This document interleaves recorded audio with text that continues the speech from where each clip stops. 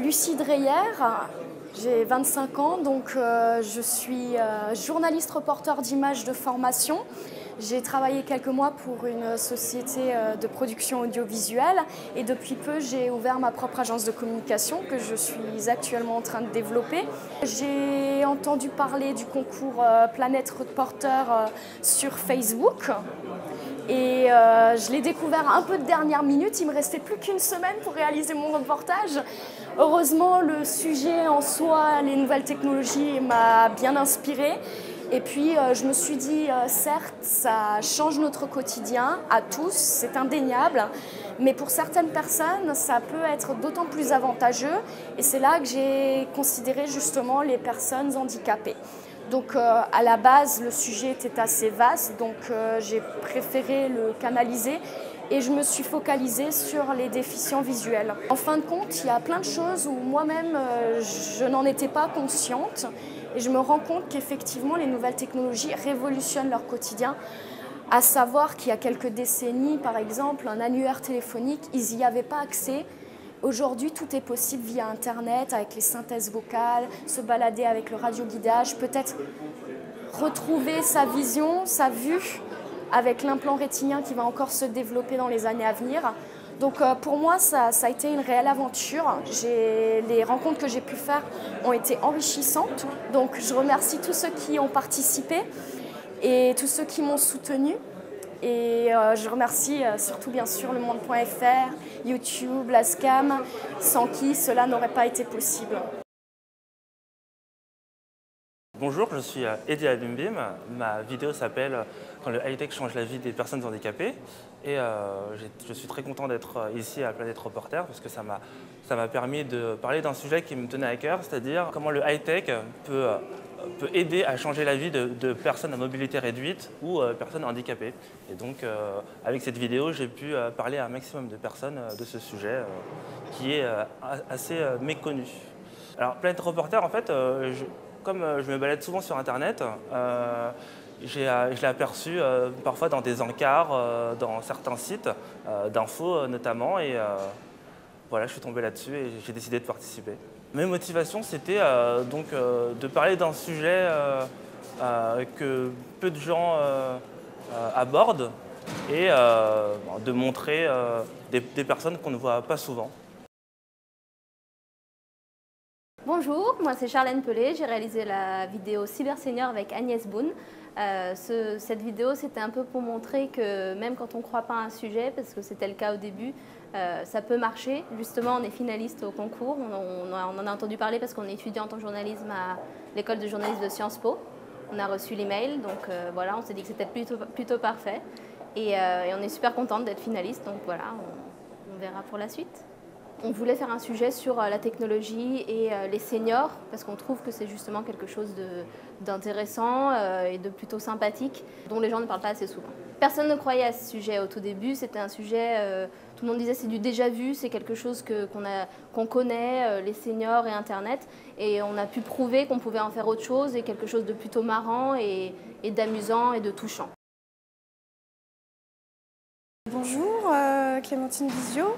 Je suis journaliste indépendante et réalisatrice et je me promène souvent sur le site du monde.fr comme tout bon journaliste. Et donc c'est en me promenant sur le site du monde.fr que j'ai vu le bel encadré Planète Reporter avec un sujet intéressant cette année d'actualité, nouvelles technologies et révolution. Donc j'ai participé à ce concours avec mon reportage La police sous l'œil des caméras. C'est un sujet que je voulais traiter depuis longtemps et le concours m'a donné l'occasion d'accélérer la chose et de traiter ce sujet.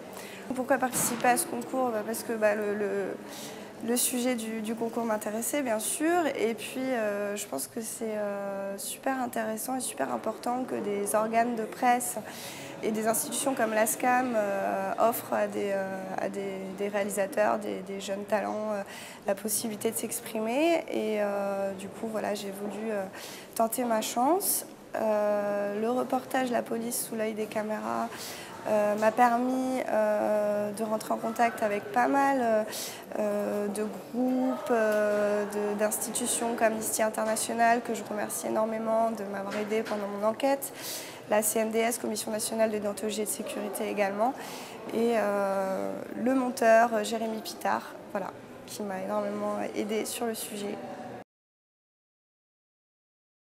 Je m'appelle Olivier Mélan, mon reportage s'appelle Le Fabuleux Labo. J'ai connu l'existence de ce concours en venant sur le site dumonde.fr. Mes motivations,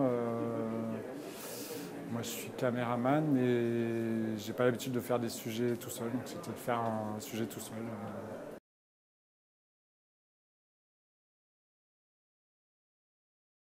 Alors, comment on a connu le concours?